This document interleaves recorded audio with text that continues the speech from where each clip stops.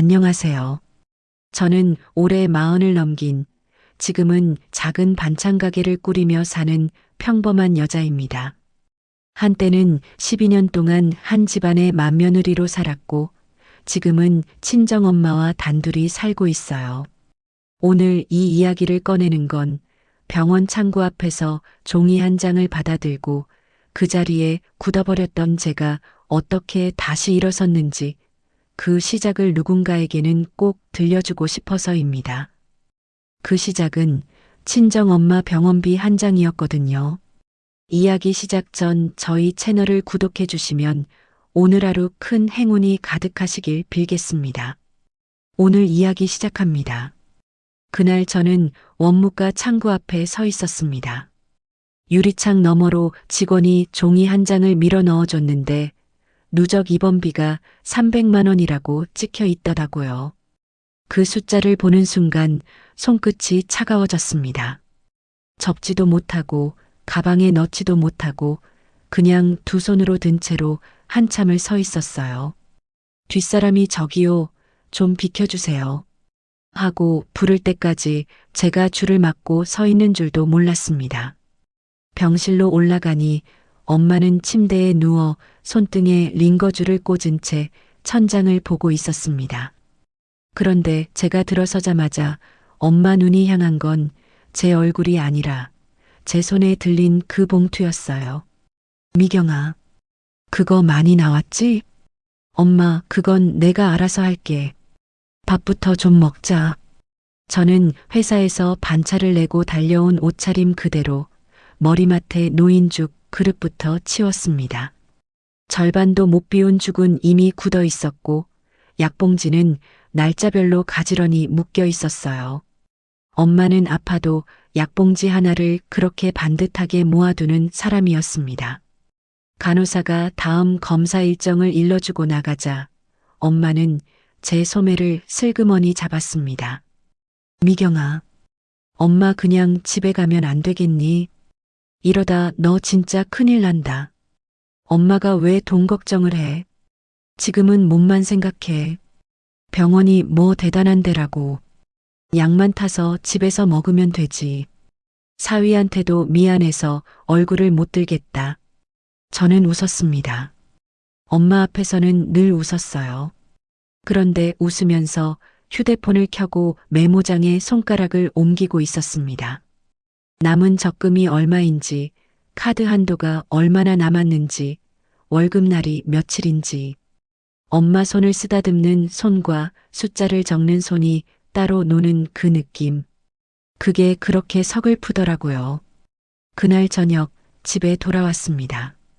남편은 식탁에 앉아 휴대폰만 보고 있었어요. 시켜놓은 배달 음식은 뚜껑도 안 연 채 그대로였습니다. 저는 가방을 내려놓기도 전에 하루 종일 입속에서 굴리던 말을 조심스럽게 꺼냈습니다. 여보, 나 이번 한 번만 부탁할게. 또 돈 얘기야? 엄마 병원비가 300만 원 나왔어. 적금 깨면 절반은 되는데 나머지는 우리 같이 좀 감당하면 안 될까? 정말 이번 한 번만. 남편은 휴대폰에서 눈도 떼지 않았습니다. 그러더니 짧게 고개를 저었어요. 지금 우리 형편 뻔히 알잖아. 가게 매출 바닥이고 카드값에 이자까지 줄줄이 빠져. 나도 숨 막혀 죽겠어. 그래도 엄마 일이야. 병원비잖아. 그러니까 더 알아서 해야지. 장모님 자식이 당신 하나야? 왜 그걸 우리 집 돈으로 막아? 말문이 막혔습니다. 더 캐물으면 싸움이 될 것 같아서 저는 그냥 입을 다물었어요. 그게 제 오랜 버릇이었습니다. 참으면 넘어가니까. 참으면 그래도 집은 굴러가니까. 대신 저는 냉장고 문을 열었습니다. 그 와중에도 손이 먼저 움직인 건 시어머니께 보낼 국이었어요. 멸치 육수 내서 끓여둔 된장국을 통에 담고 무생채와 장조림을 반찬통에 차곡차곡 옮겨 담았습니다. 친정엄마 죽그릇은 절반이 굳어 있었는데 시어머니 반찬통은 빈틈없이 채우고 있는 제 손을 한참 내려다봤어요. 그때 시어머니한테서 전화가 왔습니다. 통에 뚜껑을 덮다 말고 받았어요. 어머니, 저예요. 너 요즘 친정병원에 너무 들러붙어 있는 거 아니니? 내 서방 밥상은 누가 차려? 제가 챙기고 있어요. 국이랑 반찬도 지금 싸뒀어요. 아픈 사람은 병원에서 알아서 봐준다. 네가 거기 붙어 앉아 있으면 없던 병도 낫니? 시집 온 여자가 친정에 그렇게 정신 팔리면 못 써. 수화기 너머로 그 말을 듣는데 손에 든 국통이 점점 무거워지는 것 같았습니다. 아픈 사람은 병원에서 알아서 돌본다 그 말이 어쩌면 그렇게 가볍게 나오는지. 제 엄마는 반찬값 아끼겠다고 병원밥을 물에 말아 드시는데 말이죠. 네, 어머니. 제가 알아서 할게요. 저는 그날도 그렇게 대답했습니다. 전화를 끊고 나서 저는 식탁 위에 두 가지를 나란히 올려놓았어요. 한쪽에는 친정엄마 병원비 고지서, 다른 한쪽에는 시어머니께 보낼 반찬통. 종이 한 장은 손도 못 댄 빚이고 통 하나는 빈틈없이 채운 정성이었습니다. 그 둘을 번갈아 보는데 처음으로 서늘한 질문이 올라오더라고요. 나는 대체 어느 집 딸이고 어느 집 며느리인가? 왜 내 엄마의 아픔은 이 집에서 늘 짐짝 취급을 받고 시어머니 입맛은 한 끼도 거르면 안 되는 큰일이 되는가? 남편은 그 식탁을 지나가면서 고지서는 보지도 않고 반찬통만 흘끔 보더니 한마디 했습니다. 그거 어머니 갖다 드릴 거지? 간 좀 제대로 봐. 지난번에 싱겁다고 한 소리 들었잖아. 저는 대답하지 않았습니다.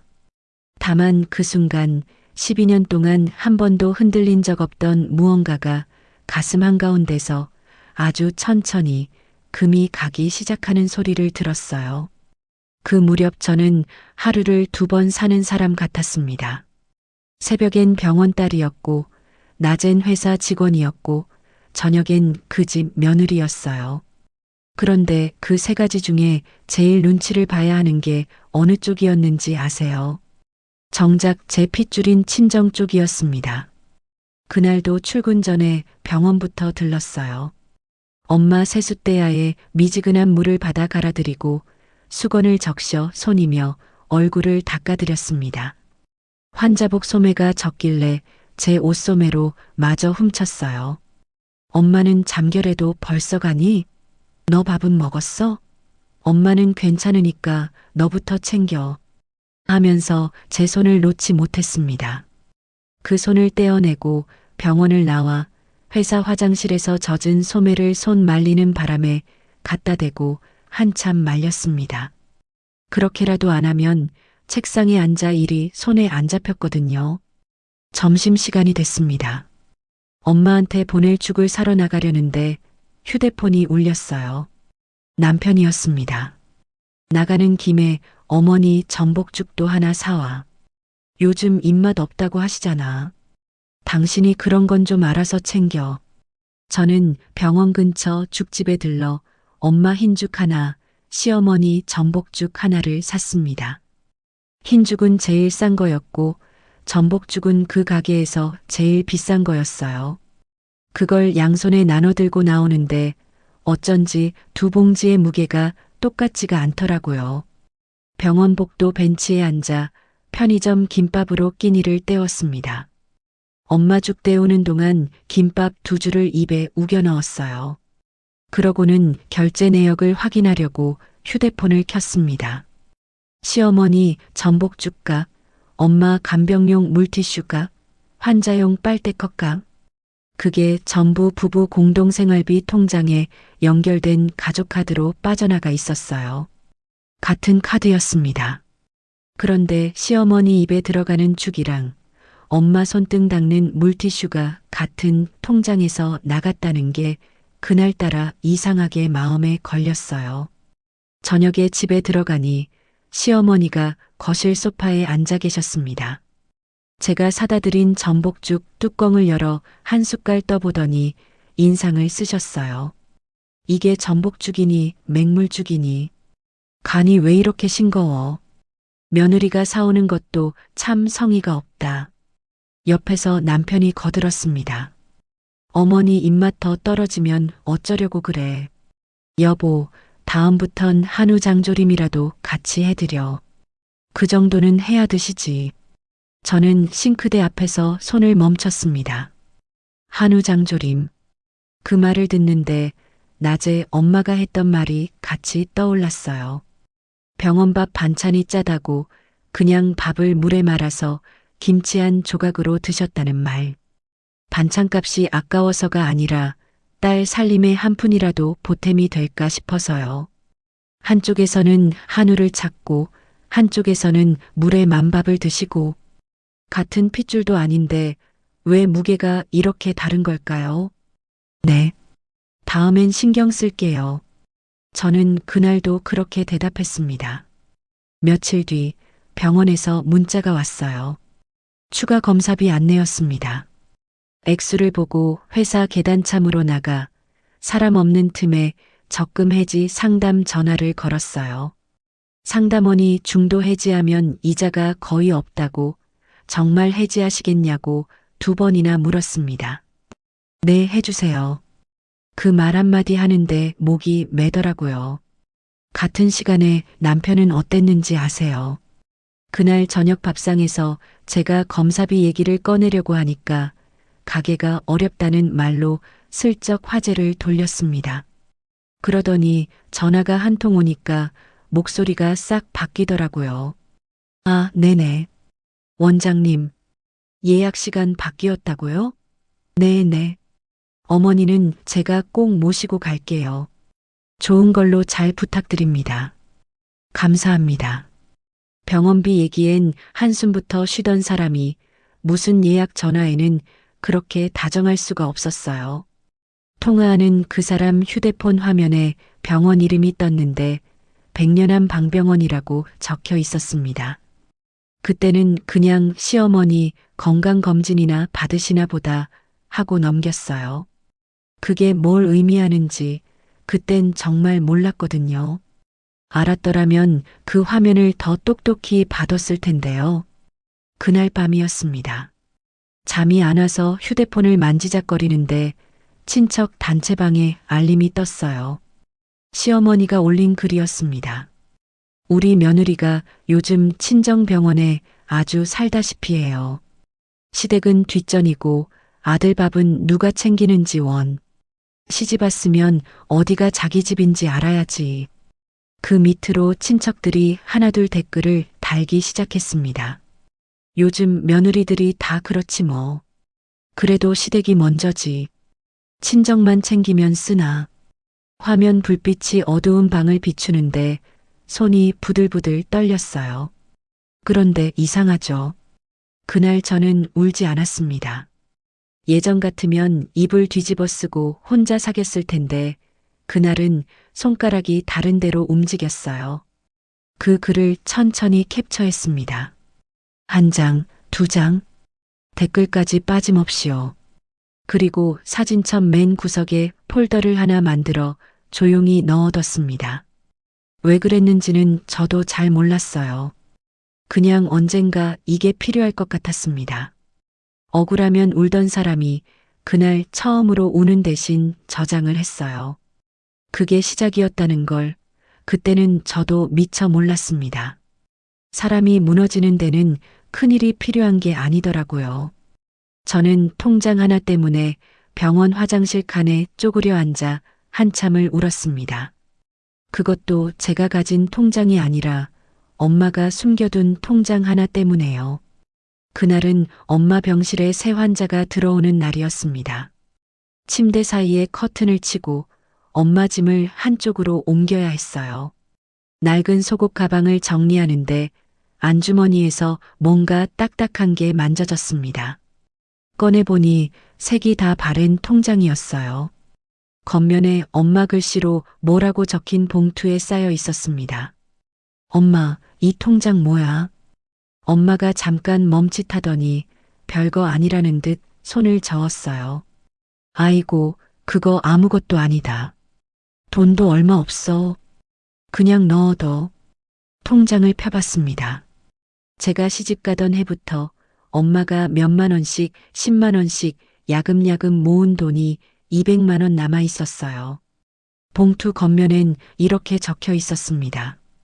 우리 미경이 정말 힘들 때 보태라고.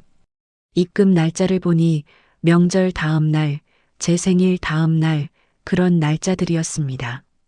엄마는 저한테 용돈 받으면 그걸 안 쓰고 도로 모으고 있었던 거예요. 딸한테 받은 돈을 딸 힘들 때 주려고요. 저는 통장을 들고 화장실로 갔습니다. 칸 안에 들어가 문을 잠그고 통장을 가슴에 끌어안고 소리를 죽여 울었어요. 변기 물 내리는 소리에 울음을 섞어가면서요. 엄마는 자기 병원비 300만 원도 못 내서 통원하겠다는 사람이 딸 줄 200만 원은 손도 안 대고 품고 있었던 겁니다. 그 마음이 너무 사무쳐서 한참을 못 나왔어요. 그러고는 세수를 하고 아무 일 없었다는 듯 물수건을 새로 갈아서 병실로 들어갔습니다. 엄마 앞에서는 또 웃었어요. 그 통장 얘기는 꺼내지도 않았습니다. 꺼내면 엄마가 더 미안해할 테니까요. 회사 사정도 점점 빠듯해졌습니다. 반차를 연달아 쓰니까 팀장이 저를 조용히 부르더라고요. 미경 씨, 사정은 알아요. 그런데 계속 이렇게는 힘들 것 같아요. 업무 조정 한번 생각해봐요. 미경 씨도 버텨야 하니까요. 면목이 없어서 고개를 못 들었습니다. 그때 옆자리 동료가 다가와 슬쩍 말을 건넸어요. 차분하고 일똑 부러지게 하는 사람이었습니다. 미경 씨, 필요한 서류 있으면 나한테 말해요. 혼자 다 안고 있지 말고요. 내가 도울 수 있는 건 도울게요. 그 말이 어찌나 고맙던지. 정작 한 집에 사는 남편은 한 번도 안 해준 말을 회사 동료가 해주더라고요. 그날 저녁 집에 들어가니 남편이 또 손을 벌렸습니다. 여보, 가게 재료비 밀렸어. 이번 달 생활비 좀 더 넣어. 나도 더는 못 버텨. 여보, 나 엄마 병원비 때문에 적금까지 깼어. 진짜 더는 없어. 말이 끝나기도 전에 부엌에서 시어머니가 나오셨어요. 마침 와 계셨던 모양입니다. 식탁에 앉아 숟가락을 탁 내려놓더니 그러시더라고요. 아니, 며느리가 친정일에 빠져서 남편 사업 발목을 잡아? 시집 왔으면 내 집이 어딘지부터 알아야지. 어머니, 발목 잡는 게 아니에요. 저도 지금 정말 빠듯해서 그래요. 됐다, 됐어. 친정엄마들이 원래 그렇다. 아프다, 힘들다 하면서 자식 주머니 여는 법은 귀신같이 알지. 그 말은 시어머니가 아니라 남편 입에서 나왔습니다. 제 친정엄마가 자식한테 기대는 법을 잘 안다고요. 200만 원을 못 쓰고 품고 있던 그 엄마가요. 저는 그 사람 얼굴을 빤히 봤습니다.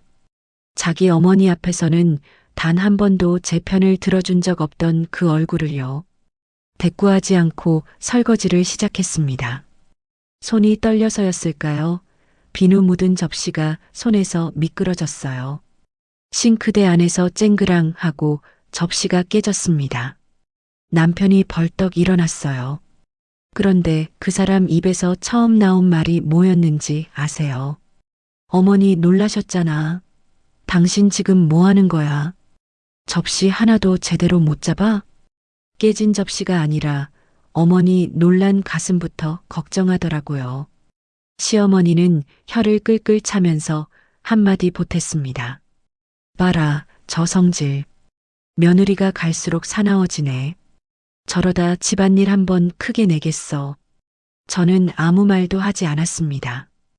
깨진 접시 조각을 하나하나 주워서 신문지에 싸서 봉투에 담았어요. 손가락 끝이 살짝 베었는데 피가 나는 줄도 몰랐습니다. 조각을 줍는 동안 머릿속에 또렷하게 새겨지는 게 있었어요. 이 집에서 내 엄마의 아픔은 늘 민폐였구나. 깨진 접시 하나에도 어머니 가슴이 먼저인 집에서 내 엄마 병원비 300만 원은 처음부터 낄 자리가 없었구나. 봉투 입구를 단단히 접어 묶으면서 저는 그 안에 깨진 접시만 담은 게 아니었습니다. 12년 동안 참아온 무언가의 마지막 조각도 같이 담아 묻고 있었어요. 저는 그날을 평생 못 잊을 겁니다. 같은 카드에서 빠져나간 두 숫자를 같은 날 밤에 마주한 그날을요. 그날 저는 처음으로 참는 게 미덕이 아니라 죄일 수도 있다는 걸 알았습니다. 추가 검사 결과가 나온 날이었습니다. 담당 의사가 차트를 넘기며 엄마한테 차분히 설명했어요. 어머님, 아직 수치가 안정되지 않았습니다. 최소 2주는 더 입원해서 지켜보셔야 해요. 엄마는 의사 앞에서 네, 네 하고 고개를 끄덕였습니다. 그런데 의사가 나가자마자 제 손을 꼭 잡더라고요. 미경아, 엄마 그냥 집에 가면 안 되겠니? 약만 타서 먹으면 되잖아. 2주를 더 있으면 돈이 얼마나 나오겠어. 엄마 의사 선생님이 입원하라잖아. 돈 얘기는 하지 마. 내가 어떻게든 할게. 내 얼굴이 반쪽이 됐다. 엄마가 못나서 내 딸 등골을 빼먹네. 저는 더 듣고 있을 수가 없어서 복도로 나왔습니다. 창가 끝 사람 없는 데로 가서 남편한테 전화를 걸었어요. 정말 이번이 마지막이라는 마음으로요. 여보, 나야. 엄마가 2주를 더 입원해야 한대. 병원비 절반 아니어도 돼. 조금만, 정말 조금만 도와줄 수 없어? 수화기 너머로 잠깐 침묵이 흘렀습니다. 그러더니 그 사람이 한숨을 푹 쉬었어요. 아, 또 그 얘기야? 내가 몇 번 말해. 가게 카드값 막아야 하고 대출 이자도 나가. 지금 우리 형편에 10만 원도 여유 없어. 10만 원도 없다고? 없다니까. 진짜 없다고. 장모님 자식이 당신 하나야? 형제들끼리 알아서 나눠내면 되잖아. 왜 자꾸 나한테만 매달려? 알겠어. 끊을게. 저는 전화를 끊고 창문에 이마를 댔습니다. 유리가 차가웠어요.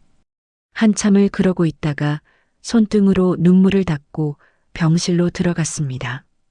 엄마가 볼까봐 또 웃으면서요. 엄마 환자복 단추가 하나 풀려 있길래 그걸 다시 끼워드렸습니다. 단추 구멍에 손가락을 넣는데 손이 자꾸 떨려서 한 번에 안 들어가더라고요. 엄마, 추워. 단추 잘 채우고 있어. 감기까지 걸리면 안 되잖아. 그래. 우리 딸밖에 없다. 엄마가 미안하다, 정말. 그 밤이었습니다. 집에 돌아와 씻고 나서 습관처럼 가족카드 결제 내역을 확인하고 있었어요. 이번 달 뭐가 얼마나 나갔는지 정리해둬야 했거든요. 손가락으로 화면을 쭉 내리는데 어느 줄에서 눈이 딱 멈췄습니다. 500만 원. 결제처 백년암 방병원. 처음엔 잘못 봤나 싶었어요. 0의 개수를 다시 셌습니다. 하나, 둘, 셋, 넷, 다섯. 500만 원이었어요. 그 한방병원. 며칠 전 그 사람 휴대폰 화면에 떴던 바로 그 이름이었습니다. 시어머니 건강검진이나 받으시려나 보다 하고 넘겼던 그 이름이요. 손에 들고 있던 엄마 약봉지가 그대로 바닥에 떨어졌습니다. 봉지가 터지면서 알약이 거실 바닥에 또르르 흩어졌어요. 저는 그 자리에 주저앉아서 흩어진 알약을 하나씩 하나씩 주워 담았습니다. 손이 떨려서 하나를 집는데도 한참이 걸렸어요. 엄마 병원비 300만 원은 10만 원도 못 보탠다던 사람이 같은 카드로 같은 통장에서 그 한약방에 500만 원을 긁었더라고요. 알약을 다 줍고 나서 저는 안방으로 들어갔습니다. 남편이 휴대폰을 보다가 고개를 들었어요. 여보, 백년암 방병원에 500만 원. 이거 뭐야? 그 사람은 눈도 깜짝 안 했습니다. 오히려 태연하게 그러더라고요. 아, 그거 어머니 요즘 기운 없으시잖아. 보약 좀 지어드렸어. 그게 왜라니? 당신 아까 나한테 10만 원도 없다며. 우리 엄마 병원비는 10만 원도 없다며. 그때 거실에서 인기척이 났습니다. 시어머니가 와 계셨던 거예요. 거실 한가운데 떡하니 놓인 고급 보약 상자를 손바닥으로 쓸어보면서 저를 내려다봤습니다. 예, 사람 늙어서 쓰러진 다음에 돈 쓰면 그게 무슨 소용이니? 안 아플 때 미리 챙기는 게 진짜 효도야. 너희 친정처럼 다 아프고 나서 돈 들이부어봐야 밑 빠진 독이지. 저는 그 상자를 봤습니다. 윤기 나는 자개 무늬에 비단 보자기까지 덮인 그 상자를요. 제 엄마는 병원밥 반찬값 아끼겠다고 밥을 물에 말아 드시는데 멀쩡한 시어머니 앞엔 500만 원짜리 보약이 비단에 쌓여 놓여 있었습니다. 목이 메서 말이 안 나왔어요. 그때 남편이 제 마지막 기대를 완전히 짓밟는 한마디를 했습니다. 여보, 혹시 우리 엄마도 아프면 안 되잖아. 미리 챙겨두는 게 뭐가 그렇게 잘못이야? 아프고 나서 허둥대는 것보다 낫지. 혹시 우리 엄마도 아프면 안 되잖아. 저는 그 말을 듣고 한참을 가만히 서 있었습니다. 정작 지금 병원에 누워 있는 건 제 엄마인데요. 아프지도 않은 자기 엄마는 미리 챙겨야 하고 진짜 아파서 누운 제 엄마는 통원이나 하라는 거였어요. 그 사람한테 가족이라는 울타리 안에 저와 제 엄마는 처음부터 없었던 겁니다. 저는 그 자리에서 아무 소리도 지르지 않았습니다. 울지도 않았어요. 다만 손에 들고 있던 엄마 약봉지를 꼭 쥐었습니다. 봉지가 구겨지도록요. 그리고 속으로 조용히 아주 또렷하게 한 가지를 정했습니다. 이 집에서 내가 더 채워 넣을 정성은 이제 단 한 통도 남지 않았다고요. 12년이라는 세월이 무너지는 데는 종이 2장이면 충분했습니다. 한 장은 비단에 쌓인 보약값 영수증이었고 다른 한 장은 물의 만밥으로 버틴 엄마의 병원비 고지서였어요. 저는 그 2장을 식탁에 나란히 펴놓고 그 사이의 거리를 한참 들여다봤습니다. 거실에선 시어머니가 보약 상자를 또 쓰다듬고 있었어요. 제가 2종이를 펴놓은 걸 보더니 콧방귀를 뀌더라고요. 뭘 그렇게 큰일 난 것처럼 펴놓고 봐. 친정 병원비는 박씨 집안 사정이고 내 아들이 제 어미 챙기는 건 당연한 도리야. 그걸 어디다 갖다 비교해? 어머니, 같은 통장에서 나간 돈이에요. 제 월급이 들어가는 통장이요. 그래서 며느리 월급은 이 집 살림에 보태는 게 맞지 친정에 퍼나르려고 버는 거였니? 사람이 시집을 왔으면 분수를 알아야지. 옆에 있던 남편도 목소리를 높였습니다. 여보, 진짜 너무한다. 그깟 돈 때문에 어머니한테 대드는 거야? 내가 장모님 병원비까지 다 책임져야 해? 사위가 무슨 현금 인출기야? 저는 그 말에 대꾸하지 않았습니다. 대들 힘도 따질 마음도 그날은 이상하게 들지 않았어요. 화가 머리끝까지 났는데 오히려 머릿속은 얼음장처럼 차가워졌습니다. 12년 만에 처음 느껴보는 종류의 침착함이었어요. 저는 조용히 안방으로 들어갔습니다. 장롱 아래칸을 열고 깊숙이 넣어둔 파일을 꺼냈어요. 그 안엔 혼인관계 증명서, 통장 사본, 급여 이체 기록이 들어 있었습니다. 언제부터 거기 넣어뒀는지도 모를 서류들이었어요. 어쩌면 저는 진작부터 이날을 준비하고 있었던 건지도 모르겠습니다. 그날 밤 식구들이 다 잠든 뒤에 저는 노트북을 켰습니다. 거실 식탁에 앉아 화면 불빛 하나에 의지해서요. 그리고 지난 12년 동안 이 집에 흘러들어간 돈을 하나하나 엑셀에 정리하기 시작했습니다. 시댁 제사비, 명절 비용, 시아버지 칠순 잔치, 시어머니 한약방 비용, 그리고 남편 가게의 보탠 운영비, 통장 내역을 한 줄 한 줄 짚어가며 날짜와 금액을 옮겨 적었어요. 손가락이 키보드 위에서 멈추질 않았습니다. 숫자가 한 칸 한 칸 채워질 때마다 제가 어떻게 살아왔는지가 표